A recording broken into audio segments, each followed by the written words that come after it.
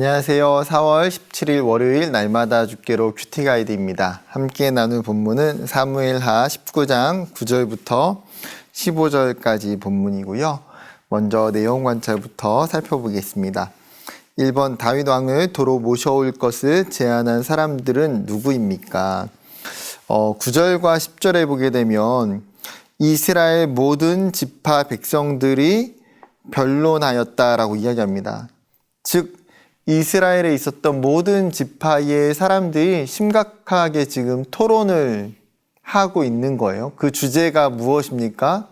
압살롬이 전쟁에서 패했는데 그렇다면 지금 이제 다윗이 전쟁에서 승리했기 때문에 다윗을 도로 왕으로 받아들일 것인지 말 것인지를 사실 고민하고 이야기했을 것 같습니다.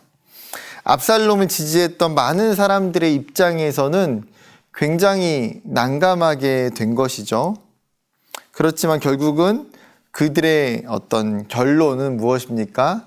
당연히 다윗을 다시 데려오자는 것에 마음을 모으고 있습니다. 2번입니다. 다윗은 요압을 이어 지휘관으로 누구를 세웁니까? 13절을 보게 되면요.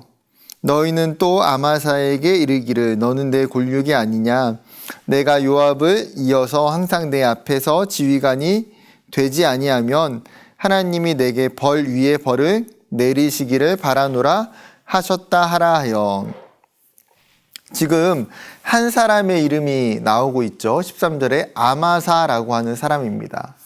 이 아마사는요 다윗의 혈육이었고 더 정확히 표현하면 다윗의 조카였습니다. 문제는 무엇이냐면 아마사가 압살롬과 다윗이 전쟁할 때에 다윗의 편이 아니라 압살롬의 편에 있었던 군 지휘관이었다는 것입니다. 여러분 생각해 보세요. 아마사는 원래 어떤 사람입니까? 다윗과 적대적인 관계에 있던 사람이에요. 그런데 그러한 아마사에게 지금 다윗은 굉장히 의아한 행동을 하고 있는 거예요. 내가 너를 우리의 군 지휘관으로 삼겠다는 거죠. 그러면 당연히 궁금할 수밖에 없어요. 다윗은 왜 지금 아마사를 군 지휘관으로 세우겠다라고 약속을 하고 있을까?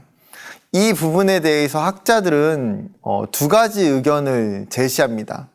첫 번째는 무엇이냐면 자신의 적이었던 아마사를 군 지휘관으로 세움으로 말미암아 자신에게 적대적인 편에 있었던 사람들의 마음을 살 수 있기 때문에.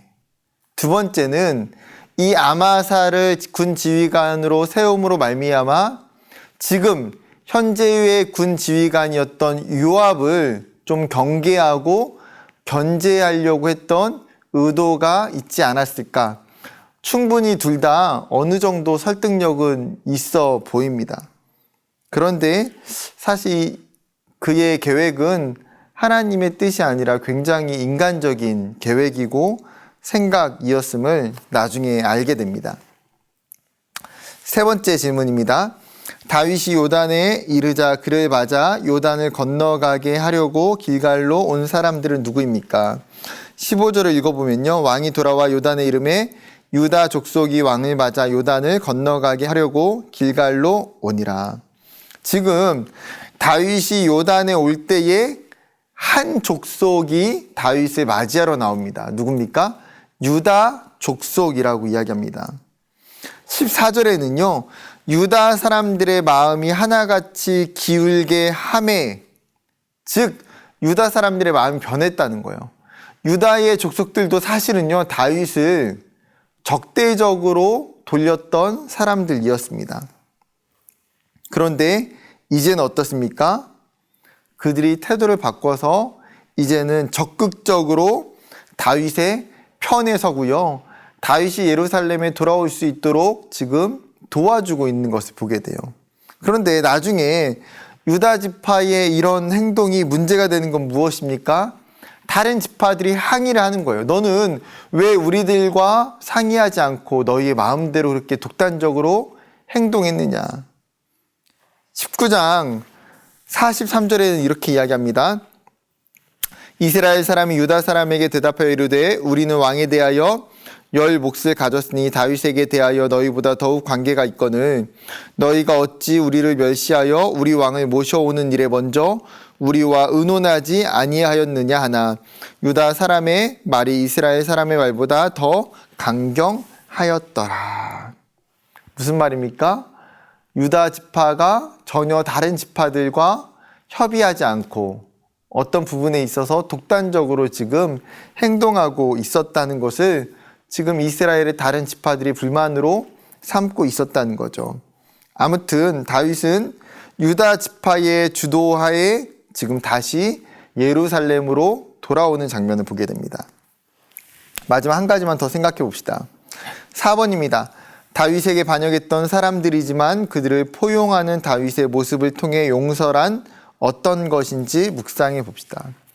오늘 본문을 보면서 참 다윗이 대단하다는 생각을 하게 돼요. 무엇이 대단합니까? 그에게 있는 용서는 사실은 굉장히 특별하고요. 굉장히 큰 것 같아요.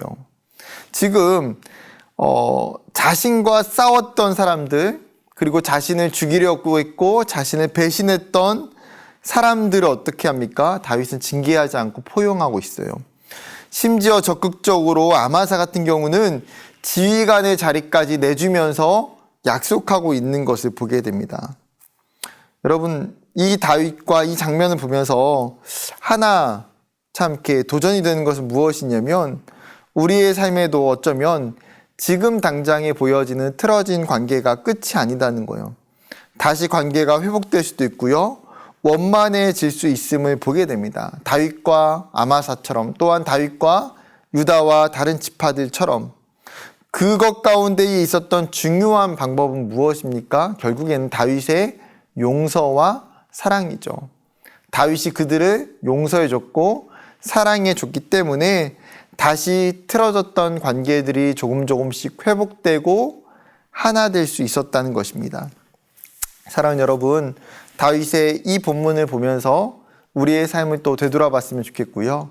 우리의 삶의 자리에서 용서가 필요하고 용납의 마음과 태도를 가질 수 있는 그런 하루가 될 수 있었으면 좋겠습니다. 감사합니다.